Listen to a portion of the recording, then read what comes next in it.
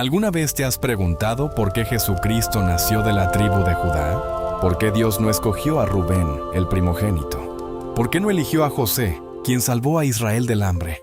¿O a Leví, de quien descendieron los sacerdotes? La respuesta no fue un accidente de la historia. Fue un plan que Dios comenzó a revelar desde el libro de Génesis y que culminó en Jesucristo. Hoy descubriremos cómo la Biblia conecta toda esta historia y por qué Judá ocupa un lugar tan importante en el plan de redención. Todo comienza con Jacob, también llamado Israel. Humanamente, cualquiera pensaría que el liderazgo debía recaer sobre Rubén, porque era el primogénito. Pero Rubén perdió ese privilegio debido a su pecado. En Génesis 35:22, se nos dice que Rubén tuvo relaciones con Bilha, la concubina de su padre. Años después, Jacob recordó este pecado al bendecir a sus hijos. Escuchemos lo que dijo. Génesis 49:3-4. Rubén, tú eres mi primogénito, mi fortaleza y el principio de mi vigor.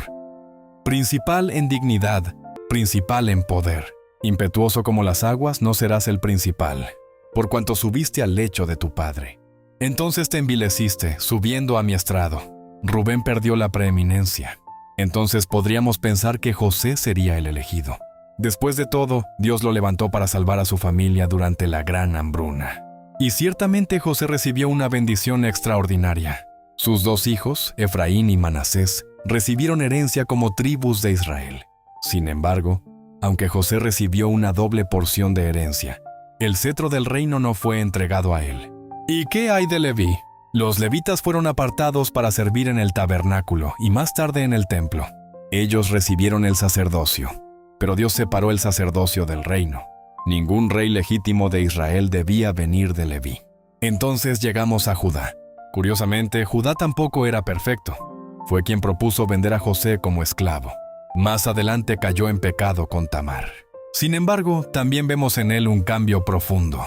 En Génesis 44, cuando José pone a prueba a sus hermanos, Judá se ofrece voluntariamente para quedarse como esclavo en lugar de Benjamín. Aquí vemos un corazón diferente. El hombre que antes vendió a su hermano ahora está dispuesto a sacrificarse por otro. Y ese cambio prepara el escenario para una de las profecías más importantes de toda la Biblia. Escuchemos las palabras de Jacob. Génesis 49:8-10. Judá, te alabarán tus hermanos. Tu mano en la cerviz de tus enemigos. Los hijos de tu padre se inclinarán a ti. Cachorro de león. Judá, de la presa subiste, hijo mío. Se encorvó, echóse como león, así como león viejo. ¿Quién lo despertará? No será quitado el cetro de Judá, ni el legislador de entre sus pies, hasta que venga Silo, y a él se congregarán los pueblos. Este pasaje es extraordinario. Aquí aparecen tres símbolos fundamentales. Primero, el cetro. El cetro representa la autoridad real. Jacob está anunciando que la línea de los reyes vendría de Judá. Segundo, el león. El león simboliza fuerza, autoridad y victoria. Más adelante veremos este mismo símbolo aplicado directamente al Mesías. Y tercero, aparece una figura llamada Silo. Muchos estudiosos entienden que Silo señala al Mesías prometido, aquel a quien pertenecen el reino y la obediencia de los pueblos. Es una profecía mesiánica dada cientos de años antes del nacimiento de David.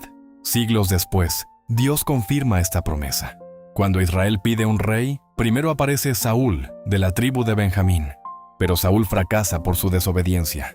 Entonces Dios escoge a un joven pastor, David. ¿Y de qué tribu era David? De Judá. Escuchemos. Dijo el Señor a Samuel: ¿Hasta cuándo llorarás a Saúl, habiéndolo yo desechado para que no reine sobre Israel?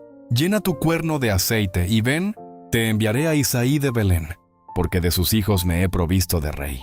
Con David comienza la dinastía prometida, pero la promesa iba mucho más allá de David. Dios prometió un rey eterno. Por eso el profeta Isaías anunció siglos después. Isaías 11:1.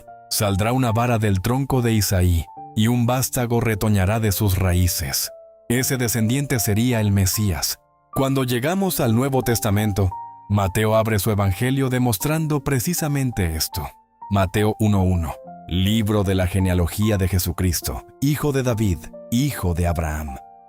Mateo quiere demostrar que Jesús tiene el derecho legal al trono prometido a David. Y Lucas presenta la genealogía mostrando igualmente que Jesús pertenece a la línea davídica, pero el libro de Apocalipsis revela el cumplimiento definitivo. Escuchemos. En Apocalipsis dice: «Y uno de los ancianos me dijo, no llores. He aquí que el león de la tribu de Judá, la raíz de David, ha vencido para abrir el libro y desatar sus 7 sellos». El mismo león anunciado por Jacob en Génesis aparece ahora glorificado en Cristo. El Rey prometido finalmente ha llegado. Sin embargo, hay un detalle que muchos pasan por alto. Jesús no solamente vino como Rey, también vino como nuestro sumo sacerdote. ¿Cómo puede ser sacerdote si no descendía de Leví? Porque su sacerdocio pertenece a un orden superior. La Biblia dice en Hebreos 7:14, «Porque manifiesto es que nuestro Señor vino de la tribu de Judá, de la cual nada habló Moisés tocante al sacerdocio». Y luego explica que Cristo es sacerdote según el orden de Melquisedec, un sacerdocio eterno y superior al levítico. En Jesús se unen perfectamente dos funciones que antes estaban separadas. Él es el Rey prometido y el sumo sacerdote perfecto. Entonces, ¿por qué la tribu de Judá? Porque Dios, desde el principio, estaba preparando el camino para el Mesías. Rubén perdió la primogenitura. José recibió una doble herencia. Leví recibió el sacerdocio, pero Judá recibió el cetro. Y de esa tribu nació Jesucristo, el cumplimiento de todas las promesas de Dios. Desde Génesis hasta Apocalipsis vemos un solo hilo conductor. La Biblia no es una colección de historias aisladas. Es una sola historia que apunta a Cristo. Y el león de la tribu de Judá sigue reinando hoy. Si este estudio fortaleció tu fe y te ayudó a comprender mejor la unidad de las Escrituras, suscríbete a este canal. Aquí estudiamos la Biblia en su contexto histórico, teológico y bíblico para conocer más profundamente quién es Jesucristo. Y recuerda, toda la Escritura apunta al Rey que vino de la tribu de Judá, Jesucristo, el león vencedor y el cordero que quitó el pecado del mundo.